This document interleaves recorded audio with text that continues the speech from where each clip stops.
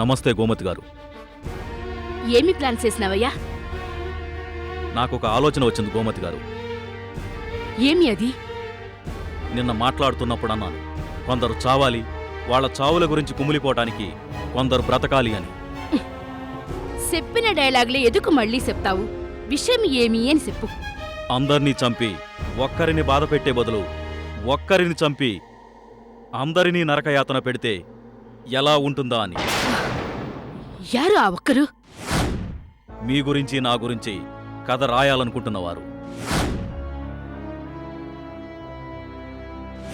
ధర్మకూతురు.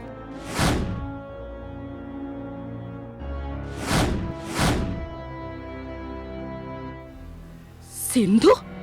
అవును, తనంటే ఆ ఇంట్లో అందరికీ ఇష్టమే కదా.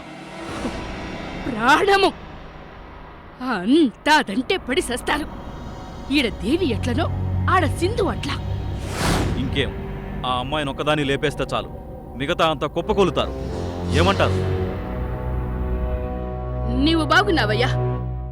ఆ పొన్నును నేను బెదిరించి వచ్చినాను. కథ రాస్తే సంపేస్తాను అని నాను. అది నిజమా వేసొస్తే ముంబైలో, హైదరాబాదులో, దేశం మొత్తంలో ఉన్న పోలీసులంతా వచ్చి నా నెత్తిన పడతారు. నా మెడకు ఉరితాడు వెయ్యరా? నీవు చేసి నన్ను ఇరికిస్తావా? సాలే పోవయ్యా. మీరంతకన్నా బాగున్నారు.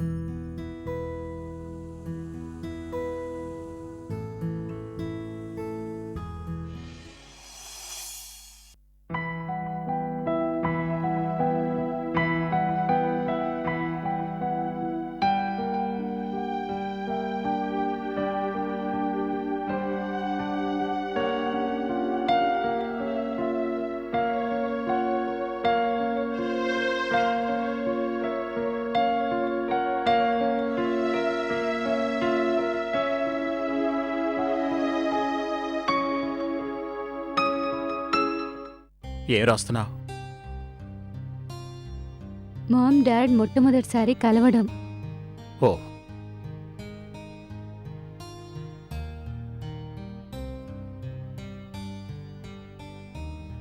What a cute love story. వాళ్ళ కథ విన్నాక నాకు డెస్టినీ మీద నమ్మకం పెరిగిపోయింది.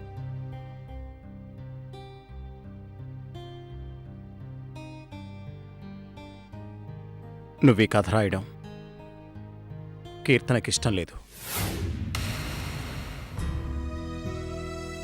పార్టీ గురించి కదా? అవును.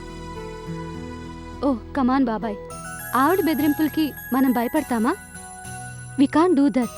ఆవిడ మన జీవితాల్ని శాసించినట్టు అవుతుంది. అయినో, కానీ కీర్తన చాలా అప్సెట్ అవుతుంది. వద్దని మీరు చెప్పండి. చెప్తే పోయే బాధ కాదది.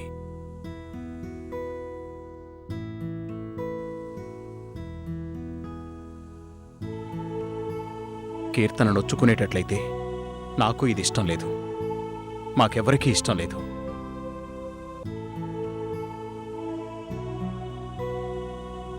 నువ్వు తన ఫీలింగ్స్ని గౌరవించగలిగితే బావుంటుంది.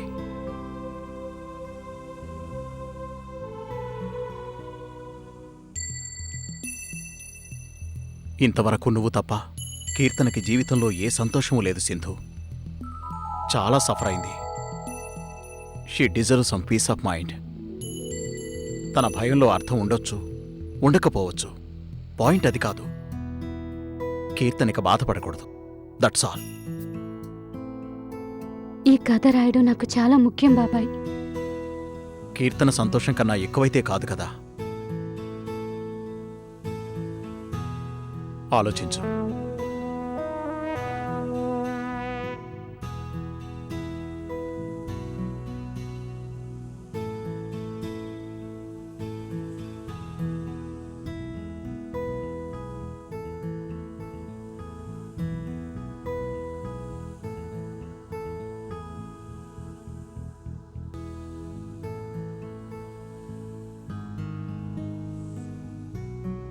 This is not fair, just not fair. ఆవిడ థ్రెటన్ చేసిందని నేను రాయకపోవడం.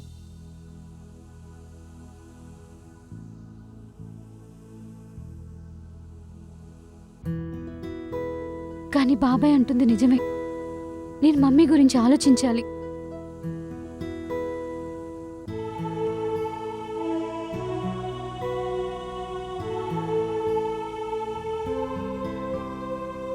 ఓకే, నేను రాయను.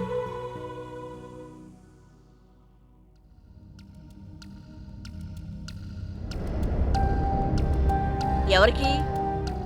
పెద్దమ్మ గారికి. ఒక్క నిమిషం ఆగు. ఏమిటి? నువ్వు గోమతమ్మ గంటలు గంటలు మాట్లాడుకుంటారు. ఏం మాట్లాడుకుంటారు? ఒక పని చెయ్యి, పెద్దమ్మ గారిని పిలుస్తాను, ఆ ప్రశ్న ఏదో ఆవిడ్ని అడుగు. అదేం జవాబు? చెప్పొచ్చు కదా ఏం మాట్లాడుకుంటున్నారో. నీ ప్రశ్న ఎలా ఉందో నా జవాబు అలాగే ఉంది. మరి మా మధ్య ఉంటుంది మాట్లాడుకోవడానికి? ఊరికినే కూర్చొని కాళ్ళొత్తుతూ ఉంటానంతే.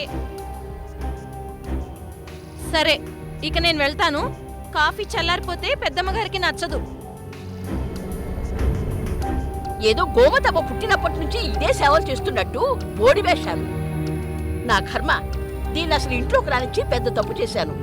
కనీసం అర్ధరాత్రి ఎవరితోనో మాట్లాడుతున్నప్పుడైనా మెడపట్టి బయటికి గెట్టాల్సింది. పెద్దమ్మ గారు, కాఫీ. ఇన్నేసి గంటలు మీరేం మాట్లాడుకుంటారని మునియమ్మ అడుగుతుంది పెద్దమ్మ గారు. ఏమే, అది నా మీద సిఐడి పని చేస్తున్నదా? పావి, ఒకప్పుడు అందరి మీద సిఐడి పని చేసి నాకు చెప్పేది, ఇప్పుడు నా మీద చేసి అందరికీ చెప్తున్నది. మరేనండి, నీవేమని నావు? కొంచెం ఘాటుగానే జవాబు చెప్పాను. ఏం తెలుసుకోవాలన్నా పెద్దమ్మ గారినే అడుగు, నన్ను అడక్కు అన్నాను. ఏ పైత్యకారి, అంద మాదిరి అంతా చెయ్యకు. దానితో బాగా ఉండు. నేను నిన్ను నసపెట్టి చంపుతున్నానని నా మీద సాడీలు చెప్పు. ఇల్లేనా మనమిద్దరము కలిసి ఏదో చేస్తున్నామని దాని అనుమానము పెరిగిపోతాది, దాని సిఐడి పనులు పెరిగిపోతాయి. నిజమే అమ్మగారు, అలాగే చేస్తాను.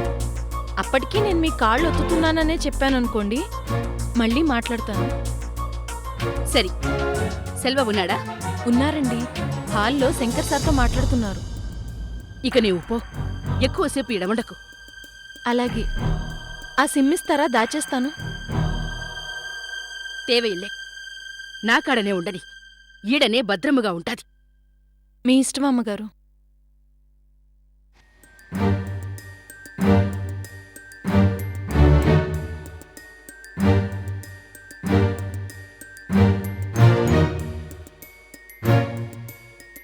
అబ్బా, ప్రాణాలు తీసేస్తుంది. ఎలా వేగాలో ఏంటో ఈవిడితో. ఏంటే నసుకుతున్నావు? ఎవరిని ఏదో అంటున్నావు? అయ్యో అవ్వా, నువ్విక్కడే ఉన్నావా? జవాబు చెప్పు, ఎవరిని అంటున్నావు? చెబితే నువ్వు కోప్పడతావు. నాటకాలు ఆడకుండా చెప్పు. పెద్దమ్మ గారిని. గోమతమ్మనా? అవును. ఒక్క నిమిషం ఊరుకోరు. ఎప్పుడు ఏదో ఒకటి అంటూనే ఉంటారు. నుంచుంటే కోపం, కూర్చుంటే కోపం. ఇన్నేళ్లు ఆవిడ్ని ఎలా భరించావో ఏంటో నువ్వు. ఏమే పాపిస్తుదానా? పెద్దమ్మగారు అంటూ ఆవిడ చుట్టూ తిరుగుతుంటావు, వెనక చేతి తిట్టుకుంటావా? అందుకే మరి చెప్పంది. అయినా నేనేం ఆవిడ చుట్టూ తిరగను. ఆవిడే నన్ను తిప్పుకుంటుంది. అది నువ్వు లేవు కాబట్టి. నీ మీద కోపం కదా, అందుకే నాతో మాట్లాడుతుంది.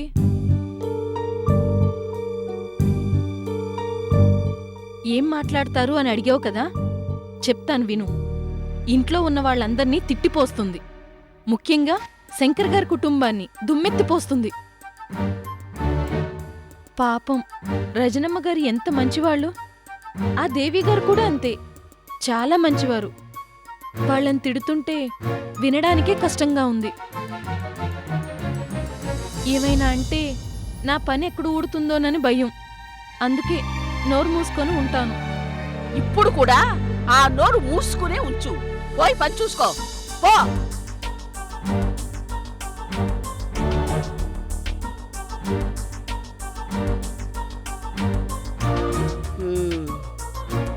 ఇదన్నమాట సంగతి.